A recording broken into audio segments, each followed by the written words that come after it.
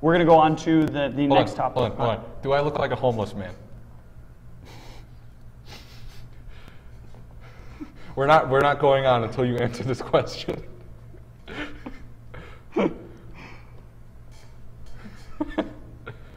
Putting Gek on the spot. I'm putting you on the spot. I'm waiting for that number to drop. He says yes. Brock looks like a homeless man. God damn it.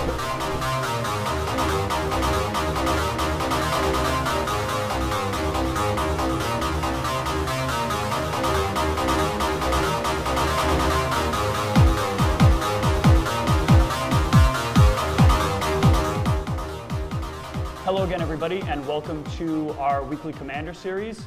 I'm Steve. And I'm Brock.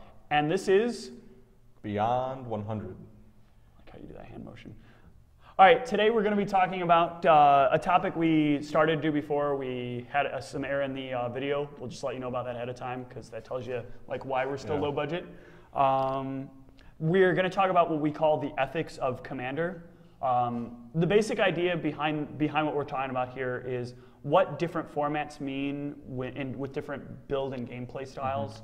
The three major ones we want to focus on are like Win-A-Boxes versus like casual play and versus league play. As many people may not know, originally Commander was designed, when it was EDH, it was originally designed to be a casual format, designed for players to sort of sit down at a table, play cards they normally wouldn't get an opportunity to play, but not have it have that like traditional kitchen table-y feel. Yeah. Where it's just like people playing what basically are jank cards. Yeah.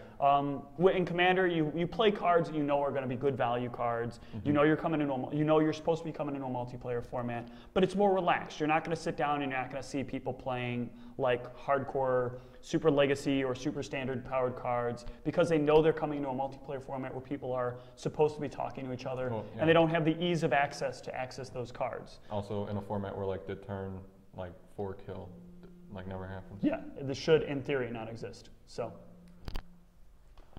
that's what we're going to talk about with regard to this topic. Hold on, this is. No, we're good. Okay. Ethics of Commander. So the three kinds of Win-A-Box, League, and Kitchen Table. Right.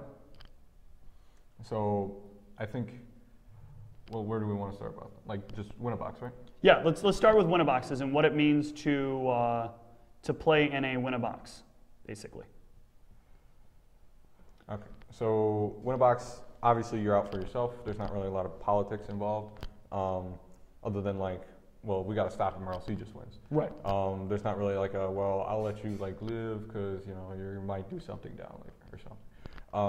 Win-A-Box is all about like, I mean, people told me like Niv Mizzet, find Splinter Twin, protect Splinter Twin. Right. That's like those are the only two cards in the deck, and then you know, obviously you go into it knowing that it's like a more competitive thing. You know, there's like actual prizes and money on the line.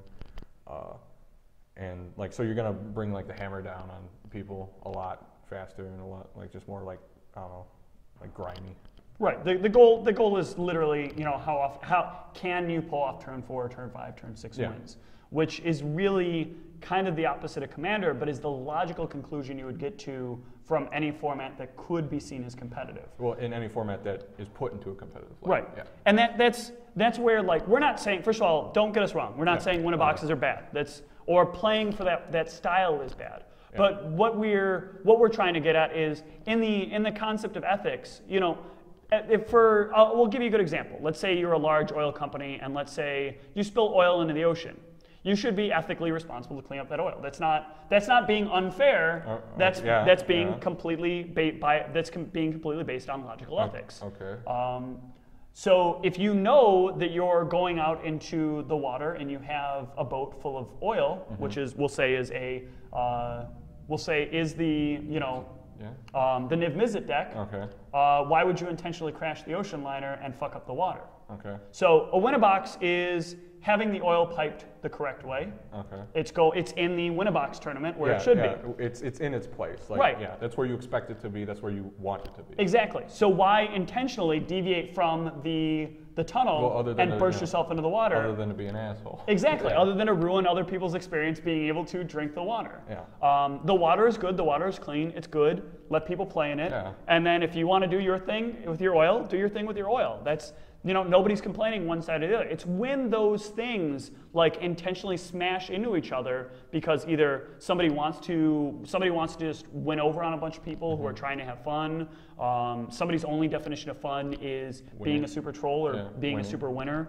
That kind of thing violates the idea behind what is Casual Commander, which is the other side of what we want to talk about. And Casual Commander has its own place. I hate seeing or hearing people tell me about how they're going to Win-A-Boxes at events and they're coming with like these Casual Commander decks. They're like, oh, this is clearly going to be good enough to play in a Win-A-Box tournament. It's like, no, all you're doing is providing fodder for that guy who now is going to be that much more likely to win because there's one less good deck that's going to be at his opposition. So you shouldn't shove the water into the pipe, and you shouldn't shove the oil into the water. They're not supposed to go together for a very good reason. I'm a big fan of Casual Commander. However, there are situations where some players don't seem to understand like what's a definable idea for Casual Commander. Like there's no definition out there. Well, like something that you reminded me of earlier was when they first came out with EDH, even basic lands were singleton. So non-basic land hate was because they played with all the original Elder Dragons, right? And even basic lands were singleton. So they had to use all non-basics except for like the 3. And so Ruination was like a big no-no because like it was just Armageddon at that point. So like I think that itself like kind of defines what what not to bring. Right. The general idea being like don't sit down at the table directly with at a casual game. It's supposed to be casual. Don't sit down with something that's just going to make people groan every 4 seconds playing the game. Yeah, but at the same time, don't not play good cards. Oh yeah, well, nobody's saying you shouldn't play. I mean, it's still a game of Magic, but you know the difference between like a card that is fun and a card that is outrageously imbalanced. Well, yeah, there's like combo and backbreaking synergy. Yeah. There's even combo is acceptable within reason. It's when it's like all my cards are get me to turn 4 combo. That it's not you're not playing with the other players anymore. You're just masturbating. And let's face it, if that's what you want to do, stay home and do that. Stay home and do that, or go to a place where you're allowed to do that. Don't bring it into a place where people, we're expecting to have a different kind of good time at that point. Not everybody likes bukkake. Don't take away from somebody else's fun. Yeah, exactly. Don't if your idea of fun is taking away at somebody else's idea of fun, then Commander really isn't your... Right, you should probably be playing Legacy. Play Legacy. In fact, Legacy is your format. You can play countertop, you can play, turn 2 combos galore. Well, and, League, though. Now, League is a different story, but League is different for a different reason. Traditionally, when you play in a league, first of all, most leagues have general restrictions. And even those that don't, there's still usually other restrictions. But most leagues they're designed to be like closed-ended. They're designed to have a specific number of players. You basically know what everybody else is playing. At least by the end of day 1. They've all got decks that are they're going to have to think more than just about like how fast can they combo off. Because what will happen is a meta will form, and that meta will be like, we know that there's going to be 4 to 5 players at the table. So now we can put into our deck stuff to like just stop immediately the turn 4 combo player from happening, and so the turn 4 combo player doesn't even get an opportunity. It's quasi ethical to play to play a turn 4 combo deck in a league, but it actually might not be the best play even when you take away the ethical part of it. Well, but at the same time, that's just making your deck worse if you might play that person. Correct. So it's like the idea behind like it's the quiet ones you have to watch. Like while you're watching the quiet one, the noisy one's going to kill you. Right. So, well, that's where I bring up like it's a quasi ethical thing. Yeah. It's not necessarily unethical, but end of the day, most people aren't going to like you for it. Yeah. And most people aren't going to like you for it. Yeah. Most of the people in the league will either start dropping out of the league if they feel like it's just unreasonably broken, and then you won't win anything because the leagues are based on players participating. Or most players will meta for you, and you'll never end up playing the game. Good case in point is one of our friends, Tom. Tom is a player who loves playing fast combos. Like one of his favorite decks was Rofellos, before Rofellos got the Banhammer dropped on him as a general. And it was just literally like, how quick could he combo Rofellos? How quick could he get like Staff of Domination or some other infinite mana combo and infinite dudes and have haste and get you? What ended up happening, like 90% of the games, was it was Tom trying to convince everybody, hey, don't kill me. Well, the whole table was like sending dudes his way and taking him out as quickly as possible. So oftentimes it was all about like, did he get lucky enough to get past turn 6, or in some cases turn 3, and then combo off. So from that perspective, League is a little less about ethics, except for when you're that player that comes into a league game with a deck that doesn't even have like playable, like winnable cards. A very good example of this is coming to a non-tribal league with a deck that's still tribal and plays a lot of bad tribal cards, like snakes or like fairies, but playing tribal, playing actual tribal fairies where you have 33 fairies. Like giants. Or the stuff where you're coming in and you're playing what you know. Like it physically can't be good against other decks. Correct. Like zombies could be good. They have a lot of like retarded things that they can do together, but like soldier dies to Wrath Effect. If every player at the table is playing with an optimized deck except for one player, that's just one less player that this player has to think about. I'll admit to it. Like I've purposefully left one person alone the entire game, not because like I didn't want them to attack me. It's because I knew 1v1 I could crush them. Right, it was a total domination at that point. And that's exactly what happened every time. But you also want to make sure that person isn't mad at you, because they could deal the extra like 3 points of damage to you that end the game for you. So you have that, but as long as you're like, hey, I'm not doing anything to you, just keep calm, and we'll get through this. That's usually how you can end up with that player helping you out in the long term.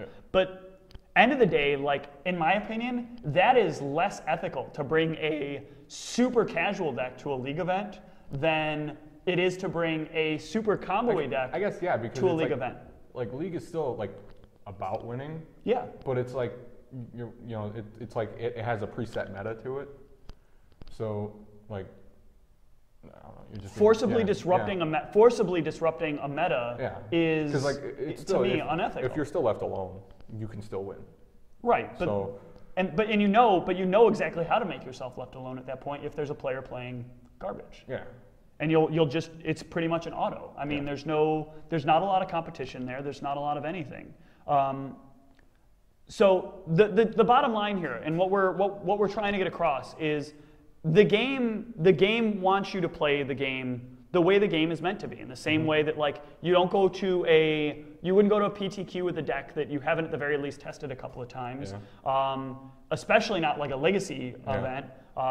You definitely wouldn't go to a standard event without at least knowing what's in the meta. You wouldn't go to a standard event with a block deck. Yeah, because your odds are you're going to do the worst. You're going to have the worst showing overall. Terrible. Absolutely. But you also wouldn't try to show up at a standard event and play like cards from Modern in there.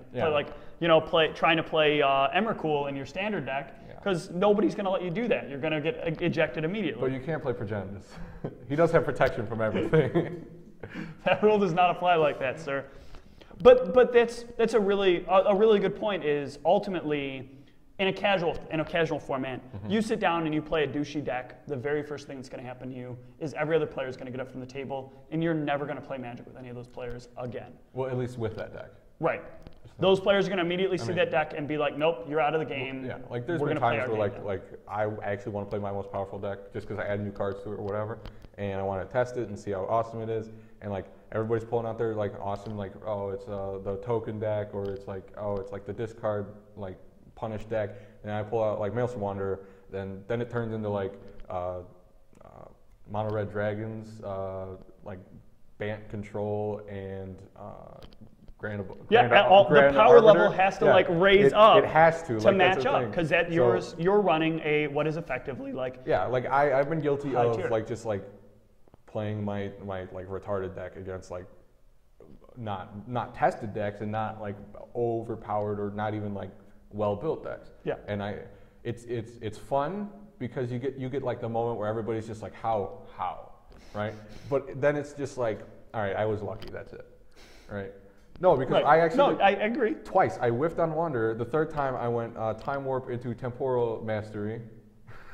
All right, that story. You're done with that story at this point. There's nothing more to explain. There's nothing more to explain. Then the game I proceeded to win. The game is over. But yeah, you get the point. The general idea here is when you know what you're going to, when you know what you're going to play in, focus on playing towards that style.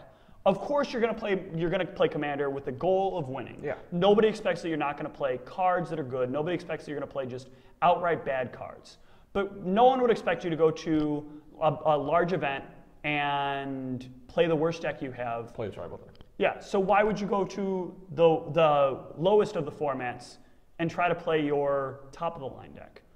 You're not going to make anybody happy here, and you're not going to make anybody happy here. They're all parallels. All three levels all run in parallel to each other. Try to play appropriately. Try to think about how the other players are feeling. Yeah. Because end of the day, you don't play Commander if you don't have people to play Commander with. Well, yeah, and like my final thoughts about it is like the more you go up in competitiveness, it's actually just like the reverse in how much you care about your opponents. So like the Winnabox, you don't care if you just shit on his day. Yeah. And then like versus casual kitchen table, like you're playing with friends, you want to have that awesome moment where you're all like laughing at what just happened. Yeah. Right? You want to end the game and you want to have that. And in a casual game, in a Winnabox, you want to end the game and walk away from the table and never see those people again. Yeah. In a league game, you want to have beaten those players, but have everybody have that respect for the player that won. Yeah. And in a casual event, you want to finish up the game after all the shit talking is done, after like names have been called. And then you immediately want to start another game. Yeah, you're like, that was a lot of fun. Let's do that again. For those of you that haven't seen it yet, I'll be posting up a YouTube video, or for any of you that saw last night's, when we did this, the stream before this one, we did a very, very, very good example of a good casual Commander game. Mm-hmm. A lot of talking, a lot of like shit talking, a lot of threatening. A lot of rock, paper, scissors went on. Yeah, but at the end of the day, the weirdest synergies you've ever seen. Game ends. Yeah. Game ends. All that is forgotten. We're right back to, that was great. Everybody enjoyed that game, even the person who liked to pretend he didn't enjoy that game. Dave! Dave. Anyway. So that's I think all we got on this topic. Yeah. I hope we've helped you sort of take a different look at playing Commander. And I hope at the end of the day, it will help you and everybody else that you play with feel better about playing with you, and help you feel better about playing with everybody else. Yeah. Thanks a lot for watching. Bye.